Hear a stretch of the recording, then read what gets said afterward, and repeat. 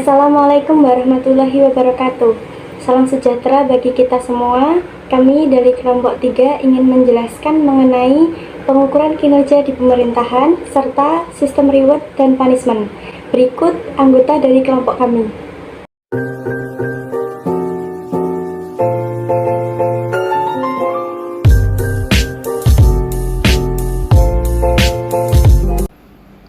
Oke teman-teman, pertama kita akan bahas pengukuran kinerja sektor publik. Di sini ada 6 poin. Yang pertama yaitu definisinya, yang kedua ada maksudnya, yang ketiga ada tujuannya, yang keempat ada manfaatnya, yang kelima ada indikator kinerja, dan yang terakhir adalah value for money. Langsung lama-lama kita masuk aja langsung ke definisinya ya.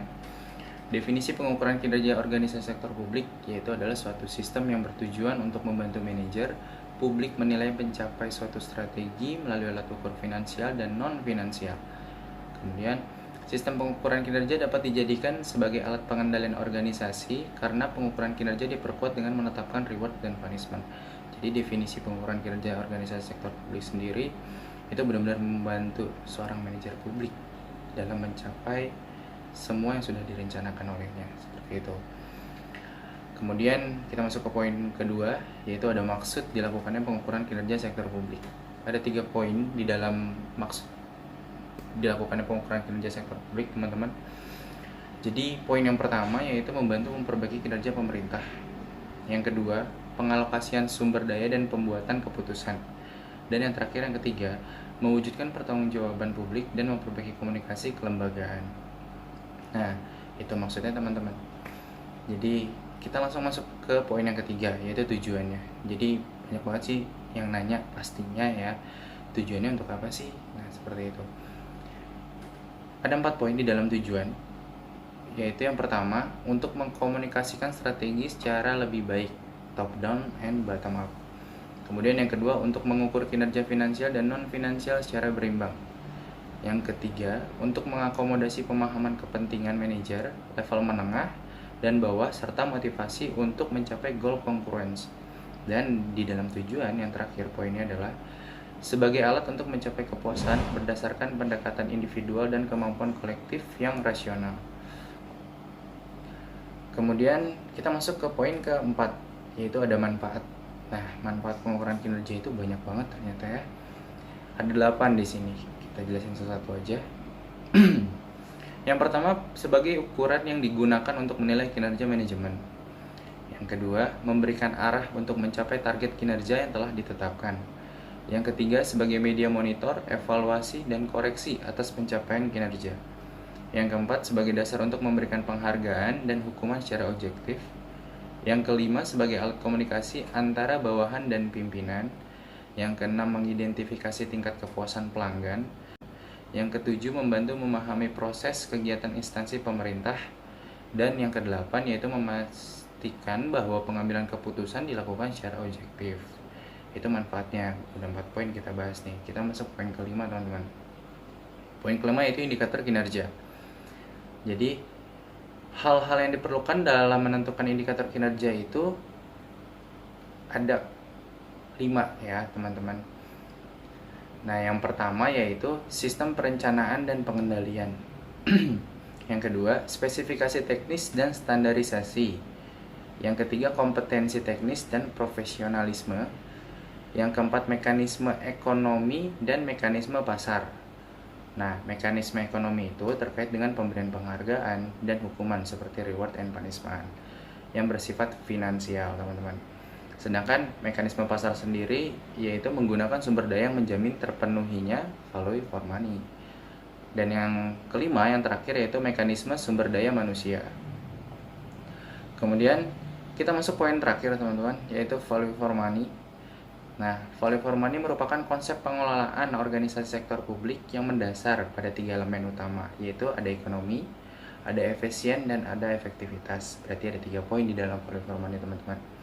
Kita bahas dulu dari yang pertama, yaitu ekonomi. Ekonomi memperoleh input dengan kualitas dan kuantitas tertentu pada harga yang terendah. Ekonomi merupakan perbandingan input dengan input value yang dinyatakan dalam satuan moneter. Itu ekonomi. Yang kedua yaitu ada efisiensi, pencapaian output yang maksimum dengan input tertentu atau menggunakan input yang rendah untuk mencapai output tertentu. Kemudian efisiensi merupakan perbandingan output atau input yang dikaitkan dengan standar kinerja atau target yang telah ditetapkan. Kemudian yang terakhir, yang ketiga, yaitu ada efektivitas. Tingkat pencapaian hasil program dengan target yang ditetapkan. Secara sederhana, efektivitas merupakan perbandingan outcome dengan output. Informasi yang digunakan untuk pengukuran kinerja. Dalam melakukan pengukuran kinerja, informasi yang digunakan dikelompokkan ke dalam dua kategori, yaitu satu, informasi finansial, yang kedua adalah informasi non-finansial. Kita bahas yang pertama, yaitu informasi finansial. Penilaian laporan kinerja finansial diukur berdasarkan pada anggaran yang telah dibuat.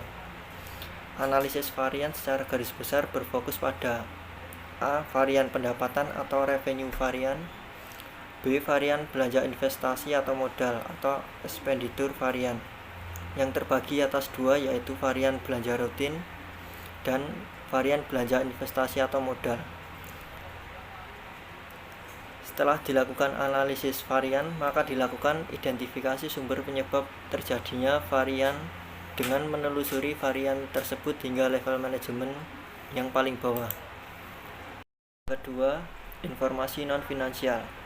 Teknik pengukuran kinerja yang komprehensif yang banyak dikembangkan oleh berbagai organisasi ini adalah balance scorecard.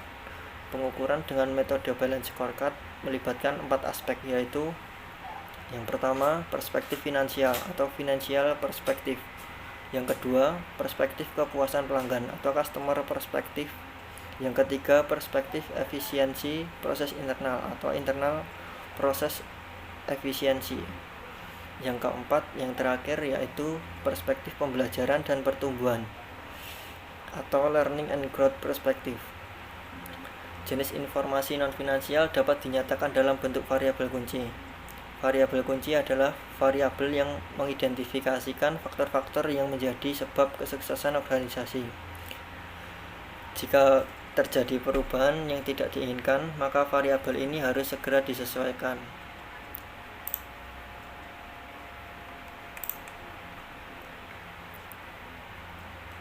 Suatu variabel kunci memiliki beberapa karakteristik, antara lain yang pertama, menjelaskan faktor pemicu keberhasilan dan kegagalan organisasi. Yang kedua, sangat volatil atau dapat berubah dengan cepat. Yang ketiga, perubahannya tidak dapat diprediksi. Yang keempat, ketika terjadi perubahan perlu diambil tindakan segera, dan variabel tersebut dapat diukur baik secara langsung maupun melalui ukuran antara atau surrogate. Perkenalkan, nama saya Novel Rehan Mahmudin, NIM 1922010 dari kelas S1 Akuntansi B R2. Di sini saya akan mempresentasikan pengaplikasian pengukuran kinerja di sektor publik. Menurut Mahmudi, tahun 2007 menyatakan bahwa manajemen kinerja yang terintegrasi terdiri atas dua bagian utama, yaitu perencanaan kinerja dan pengukuran kinerja. Perencanaan kinerja terdiri atas 4 tahap, yaitu pertama, penentuan visi, misi, dan tujuan serta strategi. Yang kedua, penerjemah visi, misi, dan tujuan serta strategi ke dalam sasaran strategis. Kedua, inisiatif strategis. Yang ketiga, indikator kinerja. Yang keempat adalah target kinerja. Tahap ketiga yaitu penyusunan program, serta tahap terakhir penyusunan anggaran. Sementara itu, pengukuran kinerja value for money dibangun atas 3 komponen utama, yaitu pertama, komponen visi, misi, sasaran, dan target. Yang kedua, komponen input, proses, output, dan outcome. Yang ketiga adalah komponen pengukuran ekonomi, efisiensi, dan efektivitas.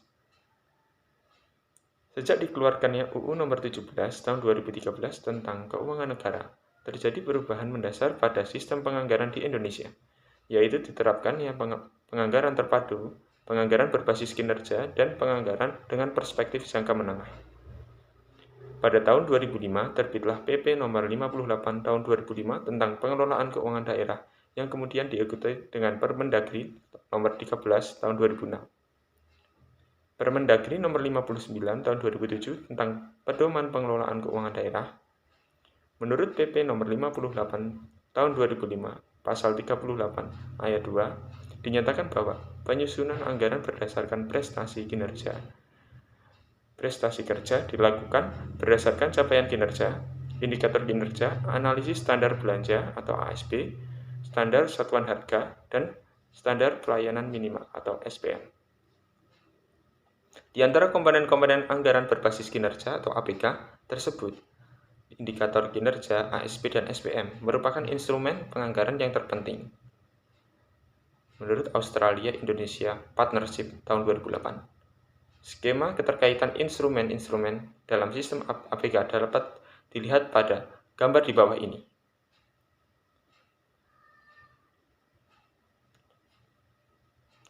Tahap perencanaan kinerja dimulai dengan tahap penentuan visi, misi, tujuan, sasaran, dan target. Pada gambar di atas, tahap ini dituangkan dalam dokumen rencana strategis atau RESTRA. RESTRA dihasilkan melalui kombinasi dua pendekatan, yaitu pendekatan top-down dan bottom-up. RESTRA yang dihasilkan dari pendekatan top-down merupakan inisiatif dari pemerintah yang merupakan penjabaran dari visi dan misi kepala daerah. Dan RESTRA kemudian diterjemahkan dalam rencana kerja. Sedangkan RESTRA yang berasal dari pendekatan bottom-up merupakan hasil penjaringan aspirasi masyarakat yang diwujudkan dalam bentuk pelayanan publik. Pelayanan publik yang harus disediakan pemerintah, kemudian dapat berbentuk standarisasi yang tertuang dalam SPM maupun tidak. SPM juga dapat merupakan bentuk dari implementasi konsep base value. Karena menurut PP nomor 65 tahun 2005 tentang pedoman penyusunan dan penerapan SPM pasal 1 ayat 6, SPM merupakan ketentuan tentang jenis dan mutu pelayanan dasar yang merupakan urusan wajib daerah yang berhak diperoleh setiap warga secara minimal. Pernyataan tersebut mengisyaratkan bahwa SPM merupakan pelayanan dasar yang diselenggarakan pemerintah secara tepat syarat hingga menghasilkan mutu tertentu. Hal ini berarti SPM disusun berdasarkan kebutuhan masyarakat dan pemerintah wajib berusaha bagaimana memenuhi kebutuhan masyarakat tersebut, termasuk cara membiayainya. Standar pelayanan tersebut kemudian dijabarkan dalam standar belanja yang disebut dengan ASB dan program dan kegiatan yang di dalamnya dicantumkan tolak ukur kinerjanya. ASB dan tolak ukur kinerja menjadi instrumen yang penting dalam APK yang termasuk rencana kerja. Jadi ASB dan tolak ukur kinerja menjadi dasar dalam penyusunan rencana kerja. Rencana kerja ini harus terkait atau selaras dengan rencana strategis pemerintah. Rencana kerja yang memuat program dan kegiatan dalam penjabaran dari visi, misi, tujuan, dan strategi pemerintah atau pemerintah daerah yang disebut dengan Rencana Kerja Pemerintah atau RKP atau Rencana Kerja Pemerintah Daerah atau RKPD. Sedangkan rencana kinerja yang berisi kegiatan tolak ukur kinerja, jenis indikator dan target kinerja, sasaran kerja, kegiatan, dan usulan anggaran disebut dengan Rencana Kerja Anggaran atau RKA. RKA merupakan dokumen yang mengaitkan pengukuran kinerja value for money melalui input, output, dan outcome dengan nilai usulan anggaran atau belanja, pendapatan, dan pembiayaan. Struktur RKA terdiri atas 3 bagian utama, yaitu pada bagian pertama berisi program kegiatan beserta lokasinya, serta perakiraan anggaran saat ini atau tahun ini, dan perkiraan anggaran maju atau tahun N+1 berdasarkan rencana strategis yang telah diterapkan dalam pemerintah daerah. Perakiraan maju merupakan bentuk implementasi MTEF, berisi perkiraan kebutuhan anggaran untuk program dan kegiatan yang direncanakan dalam tahun anggaran berikutnya dari tahun anggaran yang direncanakan. Program dan dari kegiatan yang tertuang dalam RKA tidak boleh menyimpang program dan kegiatan yang diterapkan rencana strategis pemerintah daerah. Bagian kedua merupakan bentuk pengukuran kinerja VFM yang berisi indikator dan tolak ukur kinerja dari program dan kegiatan terkait. Indikator dan tolak ukur kinerja tersebut harus sesuai dengan yang tercantum dalam SPM dan rencana strategis yang telah diterapkan. Dari indikator dan tolak ukur kinerja yang tersebut kemudian dijabarkan dalam rincian anggaran yang merupakan bagi ketiga dari RKA. Usulan anggaran tersebut harus dianggarkan secara wajar. Artinya anggaran yang diusulkan harus memiliki keterkaitan yang logis dengan kegiatan dan tolak ukur kinerjanya. Oleh karena itu, menilai kewajaran atas beban kerja dan biaya terhadap suatu kegiatan diperlukan ASB dan standar satuan kerja. ASB juga dapat digunakan sebagai data pembanding yang bermanfaat untuk menilai efisiensi dan efektivitas APK. Menurut Ritonga tahun 2010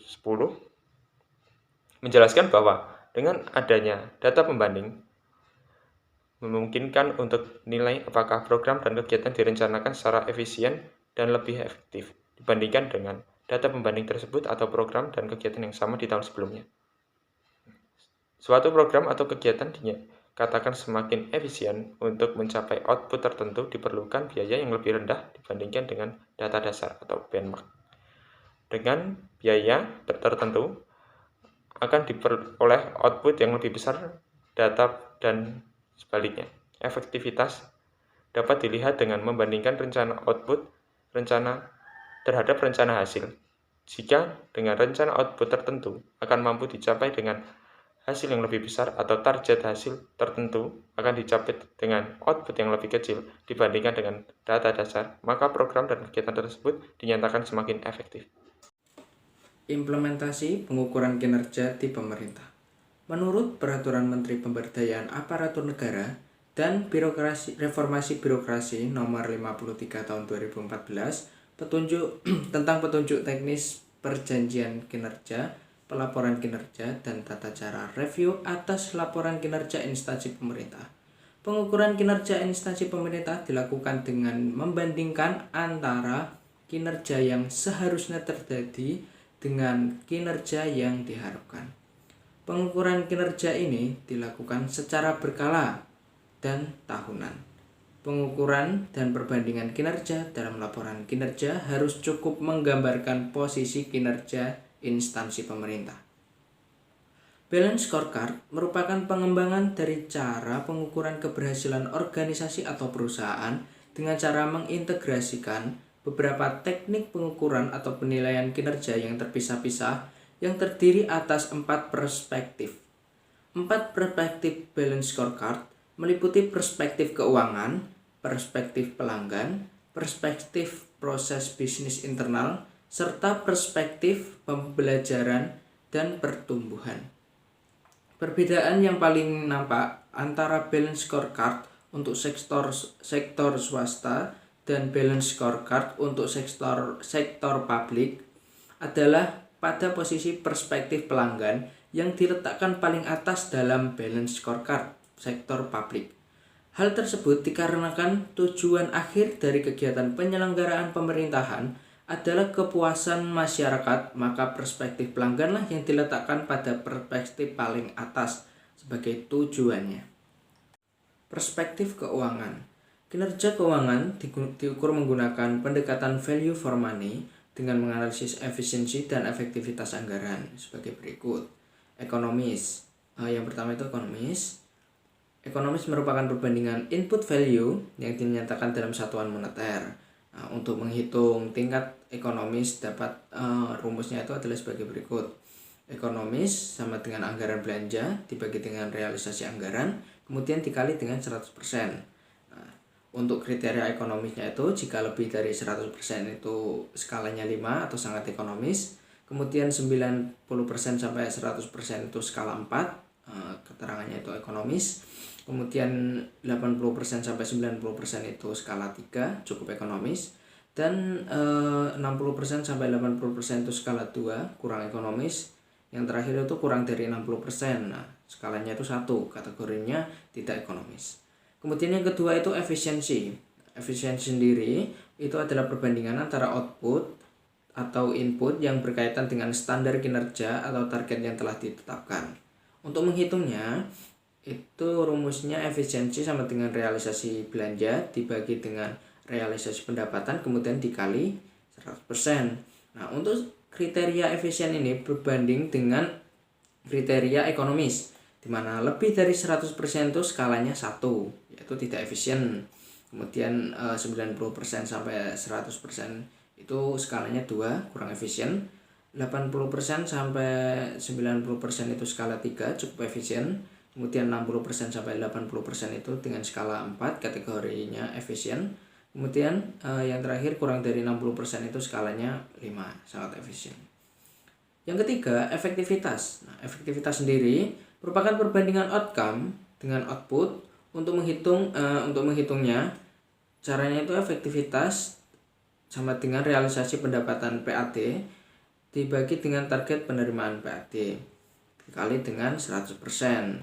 Nah, untuk kriteria efektivitas ini sama dengan kriteria ekonomis. Nah, jika lebih dari 100% itu tingkatnya efisien dan tingkatnya itu sangat efektif dan seterusnya.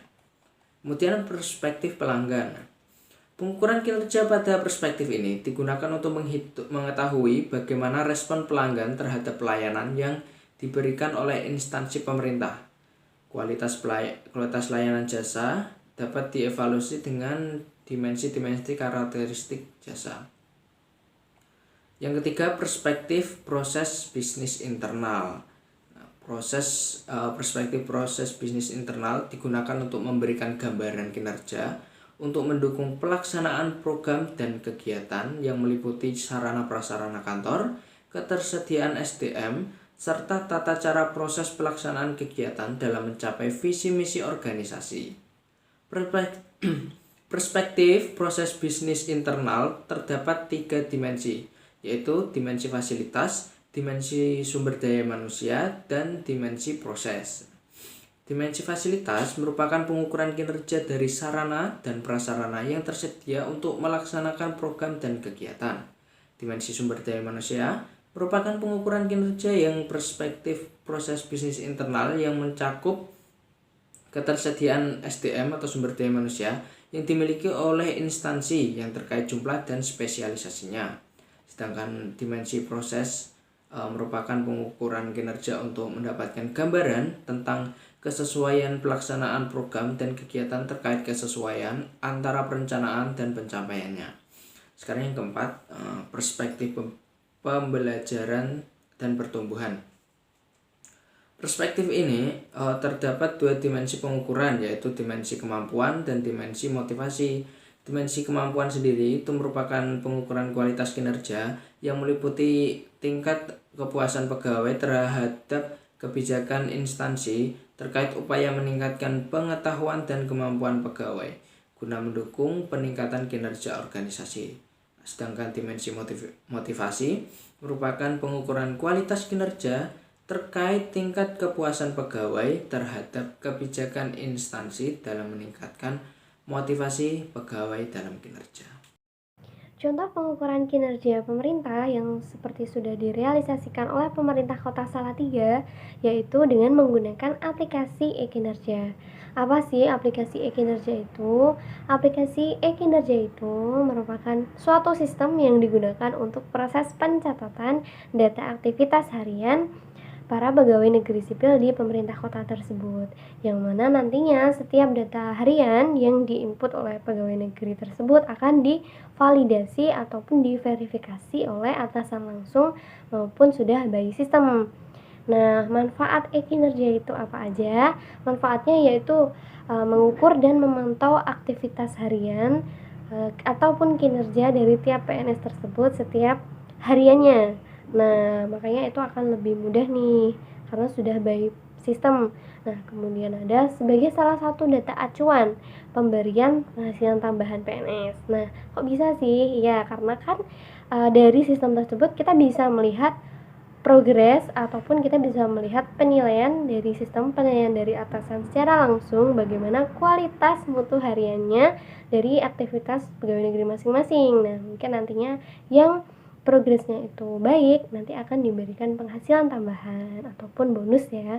Nah, kemudian ada memetakan kinerja pos PNS dalam rangka sistem merit. Nah, rangkumannya dari proses berjalannya sistem ini tuh seperti apa sih? Nah, secara singkatnya, rangkuman dari proses berjalannya sistem ini yaitu tim kinerja nantinya akan menyiapkan data aktivitas harian untuk setiap PNS dengan sesuai dengan tugas masing-masing, sesuai dengan jabatan ya, sesuai dengan jabatan. Kemudian ada staf ahli wali kota, ada pengawas, kemudian ada administrator, kemudian ada pelaksana dan fungsional itu nantinya akan menginput aktivitas harian tersebut di sistem. Nah, kemudian atasan langsung dari setiap bawahan nanti bisa melakukan laporan verifikasi atas bawahannya. Kemudian atasan langsung itu bisa melakukan penilaian kualitas mutu harian dari setiap PNS bawahannya. Kemudian ada atasan 2 tingkat dari tiap PNS itu melakukan verifikasi, melakukan validasi laporan aktivitas harian dari bawahan. Kemudian kepala OPD-nya itu dikecualikan dari verifikasi dan validasi aktivitas harian dari bawahan langsung dan bawahan 2 tingkat, tetapi tetap wajib melakukan penilaian kualitas mutu dari bawahan langsung. Nah, kemudian ada admin OPD yang bisa melakukan riset akun PNS, yang mana nanti juga bisa mengubah pendelegasian PNS kepada bawahan langsung. Nah, kemudian sesuai dengan jabatan fungsional ahli muda ya. Kemudian ada tim kinerja melakukan monitoring, melakukan evaluasi, kemudian ada pengaturan aplikasi. Nah, sedikit saya menyinggung aplikasi tersebut ya. Nah, sebelum masuk ya, untuk bisa memulai aplikasi tersebut pastinya kita harus register terlebih dahulu. Nah, untuk register itu nanti data yang akan diminta itu seperti ada kita mengisi NIP, kemudian ada golongan ruang, ada SKPD, dan mungkin data-data lainnya yang diminta dari sistem tersebut ya. Nah, kemudian setelah itu nanti kita pastinya akan mendapatkan verifikasi email yang nantinya kita diminta untuk memasukkan password. Nah, setelah itu baru kita bisa login. Nah, setelah login nanti pastinya menu yang akan ditampilkan itu akan berbeda-beda tergantung dari jabatan masing-masing PNS. Nah, dari kesemua menu tersebut, nah nantinya kita akan ditujukan pada halaman dashboard yang mana itu nanti ada ringkasan data nih berupa grafik atau berupa list ya. Itu ada progres pencapaian kinerja PNS. Nah, ataupun dari progres mutu kualitas harian setiap PNS. Nah, yang mana nanti itu udah disetujui dari persistem ataupun udah disetujui dari atasannya seperti itu. Nah, untuk lebih lengkapnya nih aplikasinya tuh seperti apa bisa diunduh di halaman web http://kinerja.salatiga.go.id/yang aplikasi tersebut bisa diinstal di komputer atau di laptop dengan spesifikasinya itu OS Windows 7 dengan atau yang lebih baru, kemudian dengan RAM minimal 1 GB dan pastinya ada koneksi internet. Nah, berikut tadi saya sampaikan contoh pengukuran kinerja pemerintah yang diaplikasikan dengan sistem e-kinerja. Terima kasih. Konsep sistem reward dan punishment. Reward, istilah dalam reward adalah hadiah, penghargaan, dan insentif yang merupakan suatu penghargaan dalam bentuk moneter, non-moneter, dan psikologi yang diberikan oleh perusahaan kepada karyawan, buruh, dan lembaga. Reward merupakan salah satu alat untuk peningkatan motivasi para karyawan agar mereka dapat bekerja tidak hanya untuk mencapai suatu tujuan organisasi, tetapi juga untuk memperbaiki atau meningkatkan prestasi yang telah dicapainya. Contoh sistem reward sendiri adalah mendapatkan pujian tulus, kenaikan gaji bulanan, uang bonus atau voucher, serta akomodasi liburan kepada karyawan tetap. Hasil penelitian cenderung mendukung reward dengan alasan individual menjadi lebih termotivasi Biasanya perusahaan memberikan reward untuk mempertahankan SDM unggulan dan memicu kinerja karyawannya.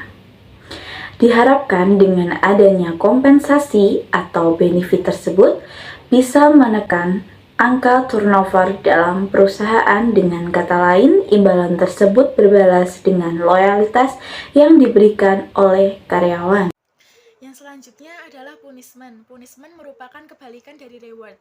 Kalau reward merupakan sebuah penghargaan atau hadiah yang diberikan oleh sebuah perusahaan, sedangkan punishment merupakan sanksi atau hukuman yang digunakan oleh perusahaan untuk merubah perilaku para karyawannya dan juga sangat berperan jitu dalam mendorong semangat kerja para karyawan dalam sebuah perusahaan dengan mempertimbangkan waktu, intensitas, jadwal, klarifikasi, dan impersonalitas. Jika ada karyawan yang tidak suka dengan sanksi, maka secara otomatis karyawan tersebut akan termotivasi secara pribadi untuk melakukan pekerjaan dengan baik. Namun disarankan untuk berhati-hati dalam menerapkan punishment yang berlebihan karena hal ini justru dapat menjatuhkan mental karyawan atau demotivasi. Secara umum, punishment atau sanksi yang dijatuhkan kepada karyawan dapat digolongkan menjadi 3 kategori, yaitu sanksi berat, sanksi sedang, dan sanksi ringan. Contoh dari sanksi berat adalah turunnya jabatan atau bahkan dibebaskan dari jabatan atau PHK. Sanksi sedang diberikan dalam bentuk pemotongan gaji atau penundaan promosi. Sedangkan sanksi ringan biasanya diberikan dalam bentuk teguran lisan maupun tulisan. Ada 3 fungsi penting dari punishment yang berperan besar bagi pembentukan tingkah laku karyawan yang diharapkan, yaitu yang pertama, membatasi perilaku. Hukuman menghalangi terjadinya pengulangan tingkah laku yang tidak diharapkan. Yang kedua adalah bersifat mendidik. Yang ketiga, memperkuat motivasi untuk menghindarkan diri dari tingkah laku yang tidak diharapkan. Oke, baik, di sini saya ingin melanjutkan materi terkait konsep sistem reward dan juga punishment. Tadi beberapa di antaranya sudah dijabarkan baik sekali oleh rekan saya. Di sini saya ingin melanjutkan saja. Oke, langsung. Perlu kita ketahui sendiri rekan-rekan sekalian bahwasanya reward dan juga punishment itu merupakan salah satu sistem kompensasi dan insentif yang sangat baik sekali untuk memotivasi agent atau pekerja dalam bekerja atas kepentingan prinsipal atau atas kepentingan sebuah perusahaan. Nah, kenapa demikian? Karena banyak sekali agent atau pekerja itu yang bekerja tidak atas kepentingan perusahaan atau atas kepentingan mereka masing-masing, sehingga di sini diperlukannya sebuah reward dan juga punishment diharapkan mampu untuk memotivasi agent atau pekerja untuk bekerja lebih baik lagi. Nah, perlu kita ketahui sendiri bahwasanya reward sendiri itu disebut sebagai positive incentive, yang artinya outcome yang meningkatkan kepuasan kebutuhan individu. Nah, kenapa demikian? Tadi sudah dijabarkan baik sekali oleh rekan saya terkait arti sebuah reward. Nah, reward sendiri berarti kan hadiah, penghargaan, atau insentif. Nah, dari sini kita bisa menarik kesimpulan bahwasanya dengan adanya reward, dengan adanya hadiah, penghargaan, dan insentif mampu meningkatkan kepuasan dari kebutuhan individu. Dengan demikian bisa meningkatkan kinerja dari agent atau pekerja untuk kepentingan sebuah perusahaan atau sebuah organisasi. Sedangkan punishment sendiri itu bisa kita sebutkan sebagai negatif insentif. Lah, kenapa demikian? Yaitu outcome yang menurunkan kepuasan dari individu. Nah, tadi sudah dijabarkan baik sekali oleh rekan saya terkait punishment yang berarti kan hukuman atau sanksi. Nah, dari sini kita bisa menarik kesimpulan bahwasanya dengan adanya punishment, adanya hukuman dan juga sanksi dapat menjadikan setiap individu atau pekerja atau agent untuk bekerja lebih baik untuk kepentingan sebuah perusahaan ataupun sebuah organisasi. Oke, mungkin hanya itu saja yang bisa saya sampaikan. Bisa dilanjutkan materi selanjutnya oleh rekan saya. Silahkan. Teori yang berkaitan dengan reward dan punishment. Yang pertama adalah teori pengharapan. Teori pengharapan atau ekspektansi teori menurut Gudono menganggap bahwa motivasi memiliki 3 unsur, yaitu yang pertama unsur ekspektansi. Unsur ekspektansi adalah harapan mengenai hubungan antara usaha atau effort dan kinerja atau performance. Maksudnya adalah penambahan usaha akan meningkatkan kinerja kita. Yang kedua adalah unsur instrumentality. Unsur instrumentality adalah persepsi hubungan antara kinerja dan hasil atau outcome, dan kinerja yang baik akan memunculkan hadiah atau reward. Yang ketiga adalah unsur valence. Unsur valence yaitu nilai daya tarik hadiah atau reward tersebut bagi seseorang. Jadi, teori pengharapan menganggap bahwa apabila kita mengoptimalkan usaha kita untuk meningkatkan kinerja kita, maka kita akan mendapatkan reward yang bagus dari perusahaan yang sebanding dengan apa yang kita kerjakan. Teori penguatan. Menurut teori penguatan, perilaku tertentu dibentuk melalui penentuan konsekuensi tindakan yang diatur sesuai dengan tujuan organisasi. Ada 4 konsekuensi tindakan, yaitu 1. Positive reinforcement, yaitu bersifat memperkuat perilaku di mana dilakukan dengan menimbulkan konsekuensi yang disukai pelaku. Contohnya, setelah beberapa kali seorang karyawan tiba di tempat kerja tepat waktu, maka gajinya akan dinaikkan. Yang kedua adalah negative reinforcement, yaitu bersifat memperkuat perilaku dengan cara menghilangkan sesuatu yang tidak nyaman bagi pelaku.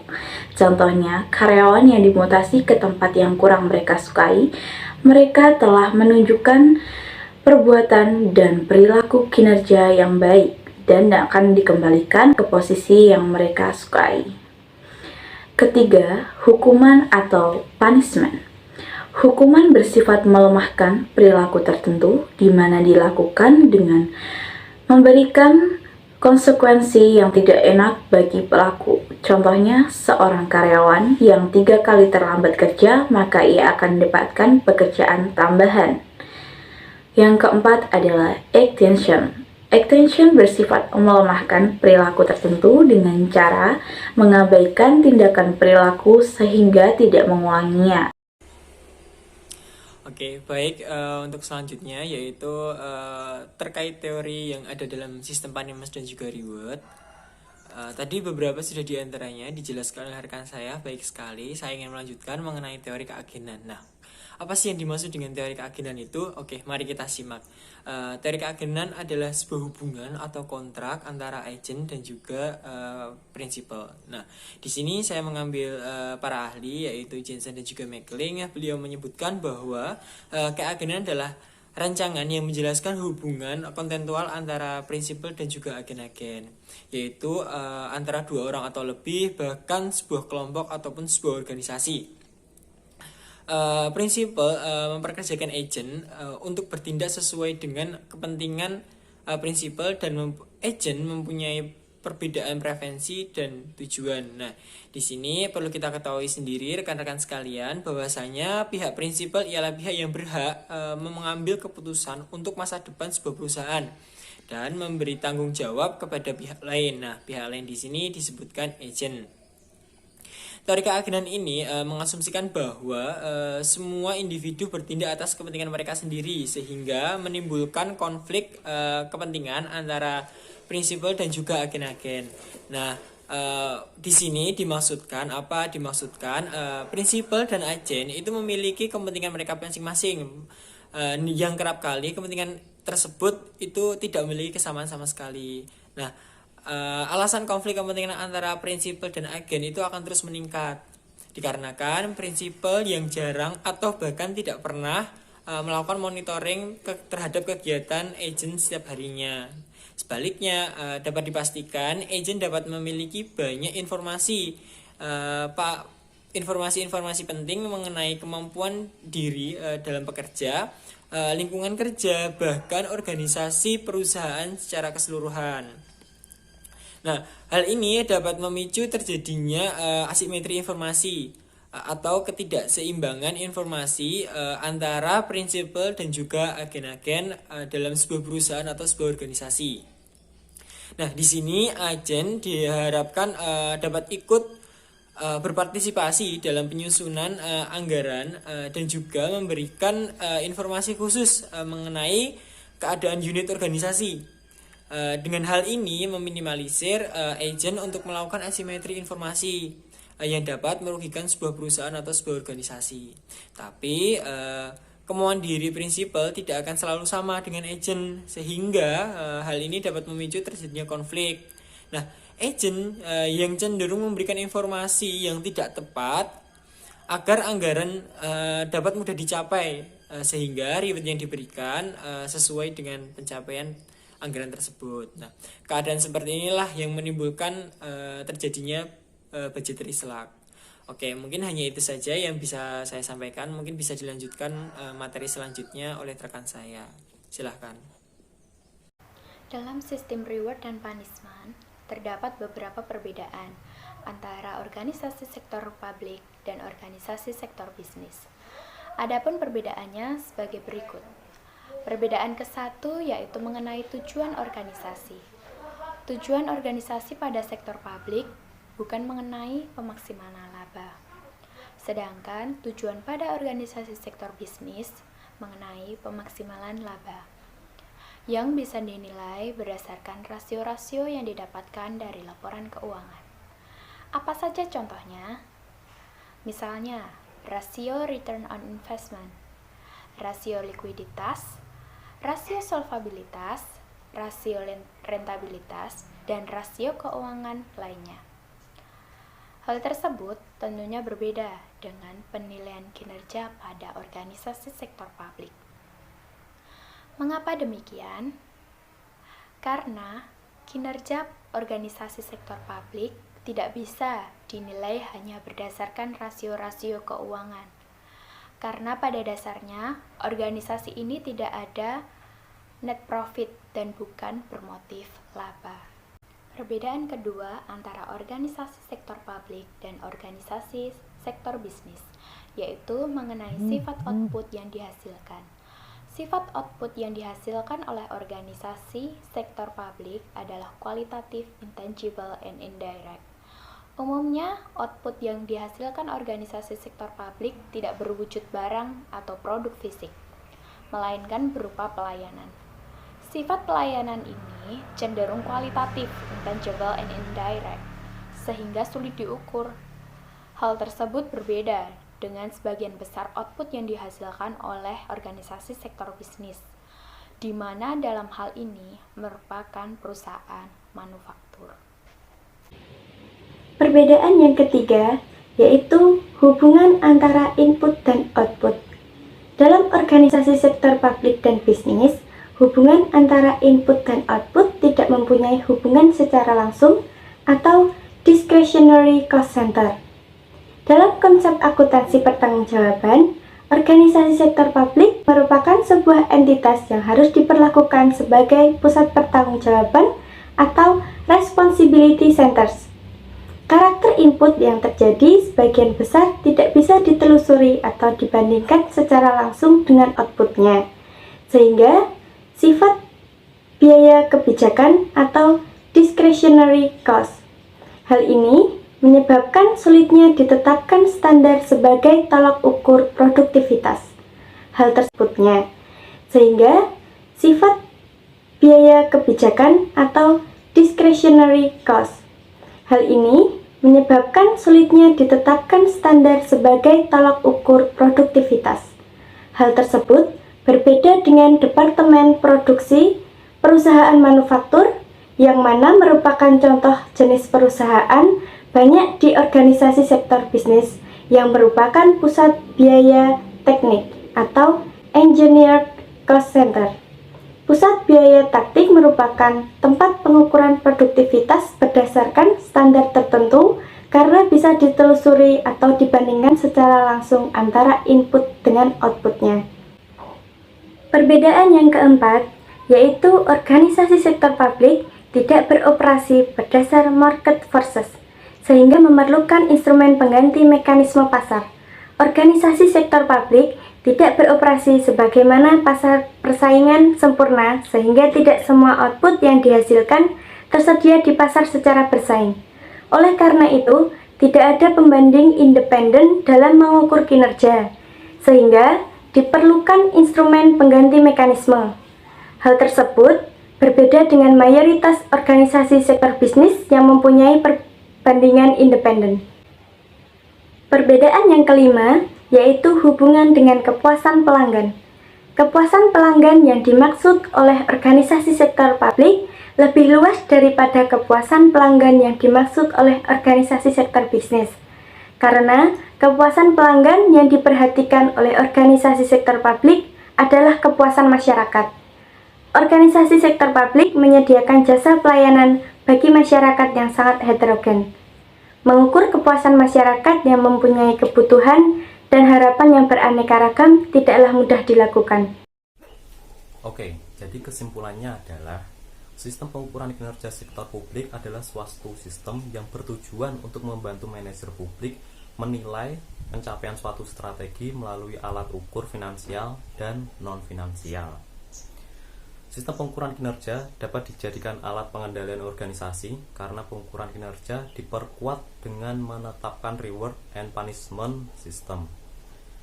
Kinerja sektor publik bersifat multidimensional, sehingga tidak ada indikator tunggal yang dapat digunakan untuk menunjukkan kinerja secara komprehensif. Berbeda dengan sektor swasta. Karena sifat output yang dihasilkan sektor publik lebih banyak bersifat intangible output, maka ukuran finansial saja tidak cukup untuk mengukur kinerja sektor publik. Oleh karena itu, perlu dikembangkan ukuran kinerja non-finansial. Demikian presentasi dari kami. Jika ada pertanyaan, bisa tuliskan di kolom komentar. Jika kami ada salah kata, kami mohon maaf. Akhirul kalam. Wassalamualaikum warahmatullahi wabarakatuh.